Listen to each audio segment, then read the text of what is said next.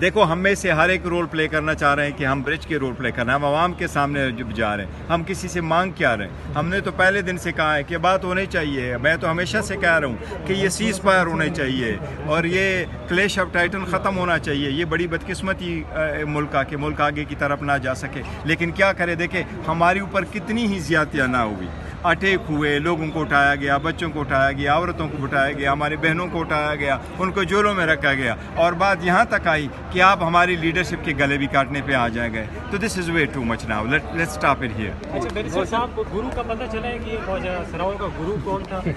बस ख्वाजा सराओं का गुरु तो कोई था, वो जो भी है, लेकिन पता चल जाएगा। यही हम सुप्रीम कोर्ट से रिक्वेस्ट कर रहे हैं, बिकॉज हम स्पेकुलेट नहीं करना चाहते। देखो, कल मैं जेल उधर हॉस्पिटल गया, हॉस्पिटल पे मैंने कोई स्पेकुलेट नहीं किया, बाहर में आता हूँ तो मैंने कोई स्पेकुलेट नहीं किया। हमारे पास पर्चा आ जाता है कि ये FIR है, तो हमने मुतालबा किया इसमें दहशतगर्दी का मुकदमा डालें, और हम मुतालबा करते हैं कि JIT बना के इन्वेस्टिगेशन कर लें, और हम यही डिमांड भी किया है, और हमने अल्टीमेटम भी दिया है पॉलिटिकल कि अगर आप ये दोहरा रहे हैं, लेकिन गले आप काटेंगे तो आवाम तो सड़कों पे आएंगे।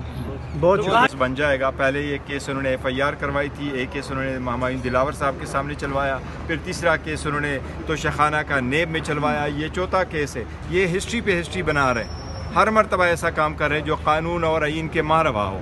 इस मरतबा ये आपको बताएं, जिस तरीके से उन्होंने इद्दत का केस, जिस पे कभी 100 साल में कन्विक्शन नहीं होती, उन्होंने वो कन्विक्शन करवाई है। ये पाकिस्तान की हिस्ट्री का फर्स्ट टाइम है कि एक केस पे आप चौथा केस बना रहे हैं, क्योंकि आप पहले केस में कोई कन्विक्ट नहीं करवा सके, आपको कुछ नहीं मिला, तो अभी आप चौथा केस बनवा रहे हैं। ये पॉलिटिकल विक्टिमाइजेशन के साथ साथ abuse of process of the law है, ये इदारा इस्तेमाल हो रहा है। हमने बारहा इस इदारे को कहा है, हमने बारहा इलेक्शन कमीशन को कहा है कि खुदा आप आईनी और कानूनी और अवाम के इदारे बने, आप किसी के इशारों पे और अपने मिसयूज़ ऑफ पावर करके ना करें।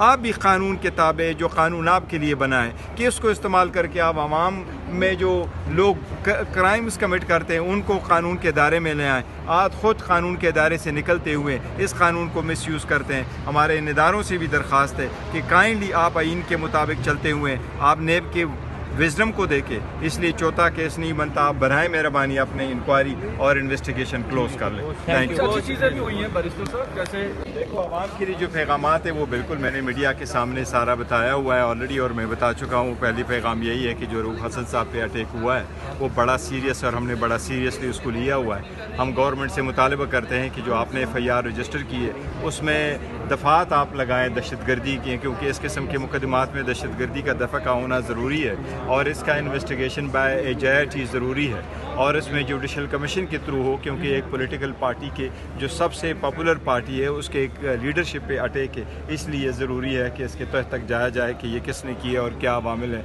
जो इस अटैक की तरफ चले गए।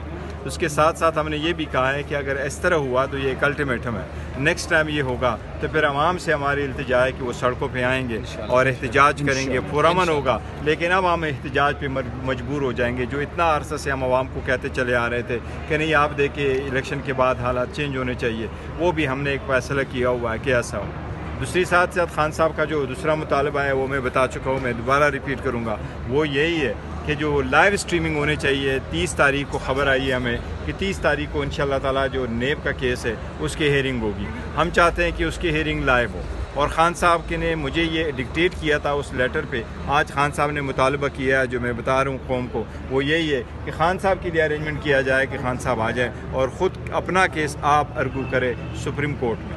उसके साथ ही मैं आपको बताऊं कि आज खान साहब के साथ पॉलिटिकल मामलात में भी बात हुई है, और फाइनली जो नेशनल असम्बली है उसमें हमारा लीडर ऑफ द अपोजिशन का भी इंतखाब हुआ, लीडर पार्लियामेंट्री लीडर का हुआ। महबूब सुल्तान साहब इंशाल्लाह ताला हमारे पार्लियामेंट्री लीडर होंगे नेशनल असम्बली में। बैरिस्टर गौर साहब, आपने एहतसाब अदालत में एक दरख्वास्त मूव की थी जिसमें आपने कहा था कि जो समात है उसको हफ्तों में जो है 2 बार की बजाय जो है 14-14 रोज़ में करनी चाहिए, तो उस पर क्या बना? अदालत ने कोई ऑर्डर दिया? देखो, अभी तक उस पर खातिर ख्वाह कुछ तो नहीं हुआ, कोर्ट तो प्रोसीड कर रही है, लेकिन हमने जो दरख्वास्त दी थी वो इस तनाजुर में थी कि ओवरनाइट लेटर जाता है और वकीलों को लाहौर से बुलाया जाता है, जिस पे हमारे एतराज़ात यही थे कि ऐसी कौन सी जल्दी है जो इस केस में आप कर रहे हैं। बाकी केसेस जिस तरीके से रूटीन में आप क्रिमिनल केस चलाते हैं वो आप ये भी केस चलाए, आप ऑलरेडी 3 केसेस में कन्विक्ट करा चुके हैं, तो इस केस में कैसी जल्दी है? तो हम सिर्फ अपना राइट मांग रहे थे, लेकिन प्रोसीडिंग चल रही है वहाँ पर, अभी तो वो ट्रायल कुछ टाइम लगेगा। लेकिन जहाँ तक इन दो का ताल्लुक है, कल हमारा इद्दत का केस है, वो भी हम अदलिया से मुतालबा कर रहे हैं कि आप कल भी इद्दत वाले केस में जज साहब से हमारी दरख्वास्त है कि ये तो 2 दिन में ट्रायल कंक्लूड हो चुका था, इसमें तो कोई 7-8 पेज का एविडेंस है और 3 तो गवाह थे, तो इस केस में इतना नहीं है कि आप इसकी अपील इतना लंबा चलाएं।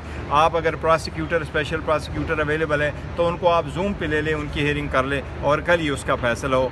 खान साहब का एक पैगाम मैं जज साहिबान से डायरेक्टली रिक्वेस्ट के थ्रू मैंने कर दिया था और खान साहब के अल्फाज यही थे कि जो फैसला आपने करना है लेकिन काइंडली प्लीज़ आप फैसले कर लें। तो हमारी सबसे दरख्वास्त है कि आप अपने फैसले कर लें और हमें अदलिया पे उम्मीद है इंशाल्लाह ताला जब ये बैठेंगे और इंडिपेंडेंट माइंड अप्लाई करेंगे तो इंशाल्लाह ये हमें रिलीफ देंगे, क्योंकि सारे केसेस हमारे खिलाफ पॉलिटिकल विक्टिमाइजेशन के केसेस है और इनके कोई बेस नहीं। अच्छा, थैंक यू के बाद पहुंच गए, देखो देर सही लेकिन अल्हम्दुलिल्लाह ये फाइनली हो गया है। अदरवाइज़ उसकी उम्र दे के, उनके केसेस दे के आपने उनको हर किस्म का रोका, लेकिन इस बात पर ज़रूर खुशी कि अल्लाह ताला ने उसको इस्तेकामत दी और वो डटे रहे अपने विजन।